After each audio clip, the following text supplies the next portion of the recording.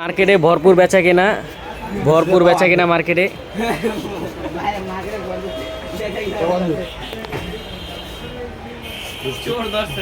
একেবারে মার্কেটের এই মাথাতে এই মাথা পর্যন্ত অনেক কাস্টমার।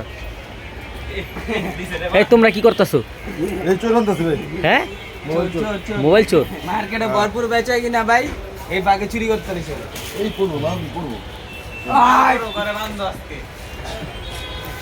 মার্কেটে ভরপুর বেচা কেনার কারণে পোলাপাইন কত ফাইজলামি করতেছে।